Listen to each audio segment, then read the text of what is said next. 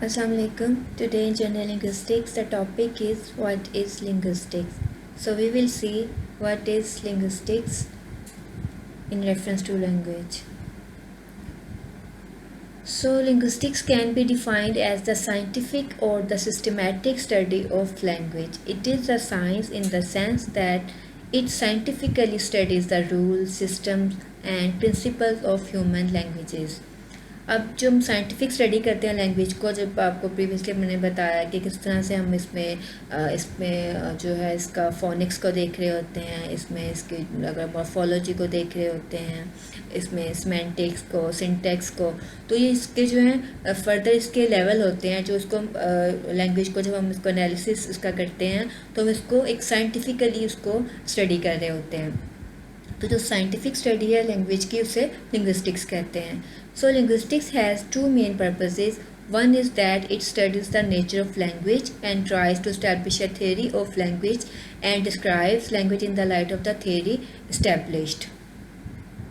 The other is that it examines all the forms of language in general and seeks a scientific understanding of the ways in which it is organized to fulfill the needs it serves and the function it performs in human language. अब जो है linguistic के जो to main purpose हैं, एक तो ये है कि नेचर ऑफ लैंग्वेज है इसको स्टडी करती है और इसके थ्रू वो एक थेरी को, लैंग्वेज की थेरी को इस्टेब्लिश करने की कोशिश करती है, और द अदर पर्पस इज़ कि ऑल द जो फॉर्म्स ऑफ लैंग्वेज हैं इन जनरल जो है उसको एग्जामिन करती है और उसकी साइंटिफिक अंडरस्टैंडिंग उसको देखती है कि किस तरह से इसको ऑर्गेनाइज किया जाता है, जो कि इसके डिफरेंट फंक्शन है इसके ह्यूमन लैंग्वेज में। लाइक हमें पता है कि इसका सिमेंटिक्स का इसका फंक्शन है, उसके मीनिंग की अंडरस्टैंडिंग करते हैं हम।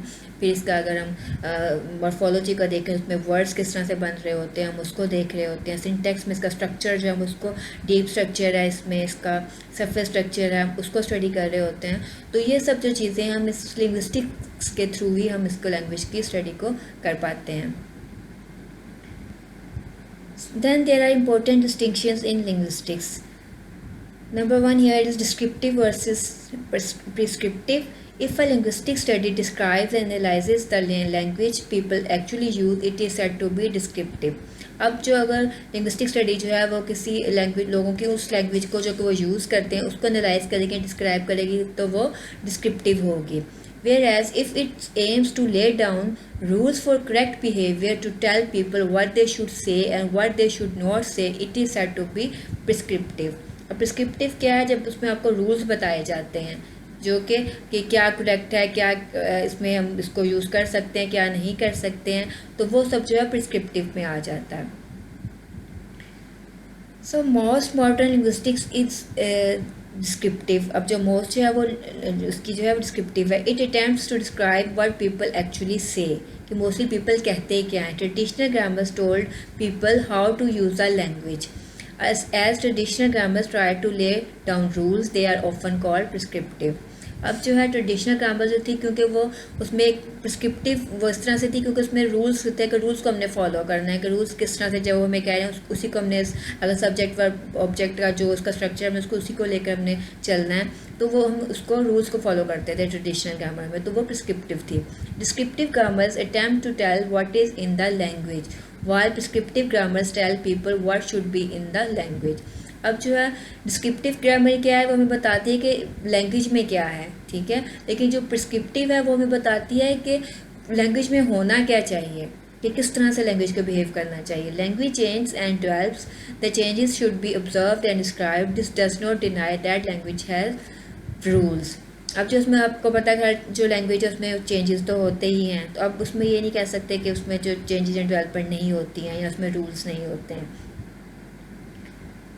Then we have synchronic versus diachronic. So language can be studied at a given point in time or over time. अब लैंग्वेज की जो स्टडी हम करते हैं तो उसको या तो हम उसकी जो प्रेजेंट मोमेंट में जो उसकी जो एक लैंग्वेज होगी हम उसको स्टडी कर रहे होंगे, या फिर हम उसको किसी टाइम में, गुजरे हुए टाइम में उसको स्टडी करते हैं। When we study language at one particular time at some point of time in history, it is called synchronic linguistics.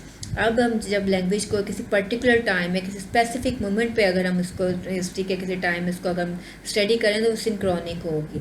When we study language developments through time, it is called diachronic or historical linguistics. जब हम उसकी development को देख रहे होंगे कि through the passage of time, तो वो डायक्रॉनिक होगी या हिस्टोरिकल लिंग्विस्टिक्स होगी. Synchronic linguistics focuses on the state of language at any point in history, while diachronic linguistics focuses on the differences in two or more than two states of important distinction in language. अब synchronic linguistic जो है वो इसका focus होता है कि state of language at any point in the history, जबकि diachronic जो है वो इसके जो डिफरेंसेस को देखती है कि एक टाइम से लेकर दूसरे टाइम उसमें क्या चेंजेस आई थी, वो उसको जो है स्टडी करती है, वो डायक्रॉनिक होती है. Then we have Langu versus parole. This distinction made by Swiss linguist F.T. Saussure in the early 20th century. Langu and parole are French words. अब ये जो है दोनों फ्रेंच वर्ड्स हैं जो कि उन्होंने इसकी डिस्टिंक्शन रखी थी लैंग्वेज की स्विस लिंग्विस्ट ने. So Langu refers to the abstract linguistic system shared by all the members of a speech community. ठीक है. अब जो लैंगो है वो रेफ़र कर रही है लिंग्विस्टिक सिस्टम को जो कि एब्स्ट्रैक्ट है. ठीक है. उसमें जो आपके जो किसी भी कम्युनिटी की जो स्पीच के जो मेंबर्स हैं उनको वो शेयर करते हैं वो. Then parole refers to the realisation of langue in actual use. अब जो पेरोल है वो लैंग्वेज का एक्चुअल यूज़ है, वो उसके एब्स्ट्रैक्ट है. ठीक है. और लाइक वो विजिबल नहीं है, बट वो उसकी जो है उसके जो कम्युनिटी के अंदर शेयर कम्युनिटी है उसमें वो एक सिस्टम जो है वो जो उसमें चल रहा है उससे लैंगो कहेंगे. बट जो realisation of langue in actual use, जब उसका यूज़ हो रहा होगा तो वो पेरोल कहलाएगी. Lango is a set of conventions and rules which language users all have to abide by. अब Lango जो है वो क्या है, रूल्स हैं एक तरह से जो कि जो भी इस कम्युनिटी के या किसी भी जो कम्युनिटी में जो लैंग्वेज लोग यूज़ कर रहे हैं उनको फॉलो करना होगा. While parole is the concrete use of the conventions and the applications of the rule. जबकि जो concrete use है उनका conventions का और application का वो parole कहलाएगा. So Lango is the abstract. It is not the language people actually use. Parole is concrete. It refers to the naturally occurring language events. अब उसमें जो नेचुरल उसमें occurring हो रही होगी language events के कोई इसमें आप कोई भी conversation आप ले लें तो ये सब parole होगा.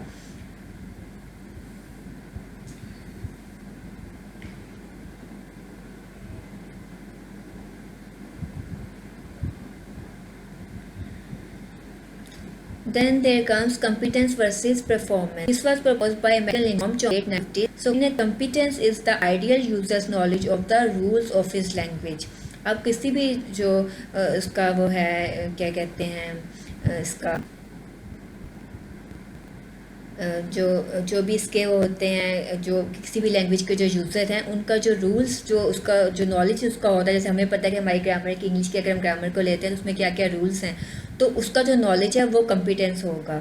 But performance is the actualization of this knowledge in linguistic communication. लेकिन जो परफॉर्मेंस है वो उसकी रियलाइजेशन है कि वो एक्चुअली वो प्रैक्टिकली किस तरह से हो रहा है उस नॉलेज की उसमें कम्युनिकेशन में किस तरह से उसमें प्रैक्टिकली उसमें यूज़ हो रहा है. According to Chomsky, a speaker has internalized a set of rules about his language.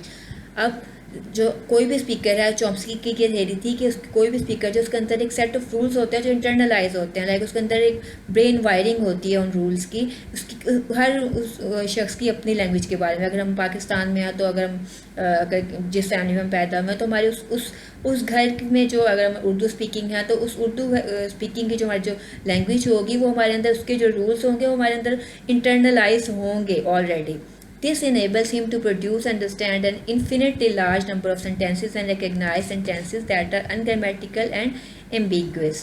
अब यही वजह है कि जो इंसान को ऐसे अगर उसके जो माइंड के अंदर जो ऑलरेडी लैंग्वेज होती है उसके सेट जो होते हैं वो इंटरनलाइज होते हैं. इसकी वजह से हम वो बहुत ज़्यादा जो लार्ज सेंटेंसेस होते हैं उनको या इन्फिनिट जो वोकैबुलरी होती है उसको समझने में और जो अनग्रामेटिकल इवन जो सेंटेंसेस होते हैं उनको भी हम समझने में हम कामयाब हो जाते हैं क्योंकि हमारे अंदर वो सेट ऑफ रूल्स जो हैं वो इंटरनलाइज होते हैं. उसमें ब्रेन वायरिंग हुई होती है हमारी.